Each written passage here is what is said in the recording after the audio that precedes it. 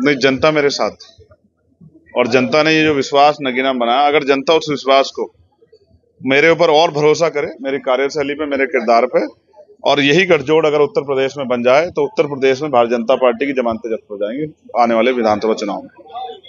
ऐसा कहा जा रहा है आपने मायावती के वोट बैंक में सेंध लगाई, आप विकल्प बंद कर रहे हैं, क्या है? देखिए, मैं फिर आपसे कहूंगा, मैंने किसी के वोट बैंक में सेंध नहीं लगाई। जनता ने मेरे ऊपर भरोसा किया और मैंने ये भरोसा कमाया है संघर्ष करके, और मैं विश्वास दिलाता हूं ये भरोसा बढ़ेगा, क्योंकि आज के बाद जब भी किसी कमजोर के साथ अन्याय होगा, अब आप विश्वास करो, रात से 20 मामलों में मैं फोन करके अधिकारियों से मदद के लिए जो है संघर्ष कर चुका, और कई मामलों में हम लोग मदद में कामयाब भी हुए। तो मैं मानता हूं कि जिस काम के लिए जनता ने मुझे आशीर्वाद दिया है उस काम को मैं बखूबी करूंगा और इस विश्वास को और मजबूत करूंगा। आकाश आनंद ने आपके खिलाफ आपत्तिजनक टिप्पणी की और जीतने पर बधाई दी, क्या है? आकाश मेरे छोटे भाई हैं, उनको बधाई, उनके लिए मंगल काम। भाजपा की सरकार बनने जा रही है, एक तरफ भाजपा गठबंधन है, इंडिया है, तो आप किधर जाएंगे? जब आप खुद ही बता रहे हैं सरकार बनने जा रही, सारी इन्फॉर्मेशन तो आप पे है। अगर कुछ बनता तो फिर उस पर मैं आपसे कोई बात रखता, लेकिन मैं दूसरी बात आपसे जरूर कहूंगा कि भले ही विपक्ष सरकार नहीं बना पाए, लेकिन हम विपक्ष की भूमिका अदा करेंगे, क्योंकि आजाद समाज पार्टी और भीम आर्मी पूरे देश में मजबूत संगठन है। हमारे स्टेट में विपक्ष की भूमिका जो है दर्ज करेंगे, पार्लियामेंट में हम लड़ेंगे और पार्लियामेंट के बाहर हमारा कार्यकर्ता लड़ेगा। लेकिन अगर कोई भी सरकार जुल्म करेगी दलितों पे, पिछड़ों पे, मुसलमानों पे, आदिवासियों पे, महिलाओं पे, नौजवानों पे, उनके अधिकारों पे, तो उनको चंद्रशेखर आजाद से टकराना पड़ेगा संवैधानिक रूप से। ये बात सारी सरकारें जान लें, अपने यहाँ होने वाले जुल्म को रोके।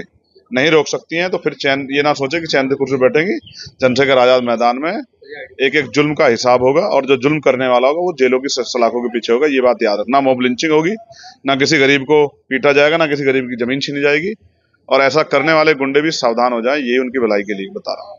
चुनाव में क्या रणनीति रही और अब जीतने के बाद क्या रणनीति? कोई रणनीति नहीं। चुनाव में जनता ने आशीर्वाद दिया, उनको भरोसा है चंद्रशेखर आजाद के ऊपर। ये भरोसा उत्तर प्रदेश में बनाना है। आपके चैनल के माध्यम से कह रहा हूँ, क्योंकि मीडिया के को विश्वास दिलाता हूँ, अगर मीडिया के साथ भी कोई अन्याय का, उनकी आवाज भी उठाएंगे। उनकी चाहे इंश्योरेंस का मामला हो, चाहे उनकी सुरक्षा का मामला हो, चाहे पेंशन का मामला हो, मीडिया के साथियों को भी बहुत कुछ सहना पड़ता है, उनकी आवाज भी उठाएंगे। साथ साथ जो देश भर में हमारे कार्यकर्ता, उनसे कहूंगा कि वो जुट जाएं। जब नगीना के लोग कामयाब करके दिखा सकते हैं तो आप लोग भी कामयाब होकर दिखा सकते हो। अपने अपने क्षेत्रों में संगठन मजबूत करके लड़ाई लड़ें। आगे लड़ाई उत्तर प्रदेश के 403 सीटों पर लड़नी है। अखिलेश यादव, इमरान मसूद की तमाम आपके मित्र हैं, तो सबका धन्यवाद।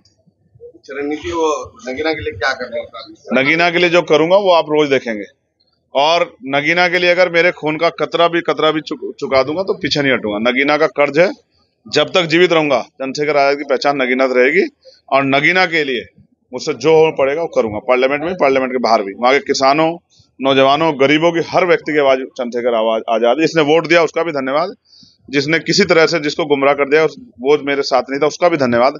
सबका सांसद है चंद्रशेखर आजाद, सबका अधिकार है चंद्रशेखर आजाद के ऊपर। हर आदमी, मेरा घर 24 घंटे 7 दिन खुला है, अधिकार से आके मुझसे अपने लिए जो भी उनके मन में सवाल हो उस पर मुझसे जवाब भी मांगे, और जो परेशानियां उससे मुझसे मदद के लिए भी कहे, मैं तैयार। सहारनपुर को 2 सांसद मिले, इसके लिए क्या? सहारनपुर को बधाई। सहारनपुर की मिट्टी में बहुत गौरव है। देश की आजादी की जो लड़ाई, रेशमी रुमाल तहरीक और तमाम तहरीकें यहाँ से चली, ये कुर्बानियों की धरती है और यहाँ बल है।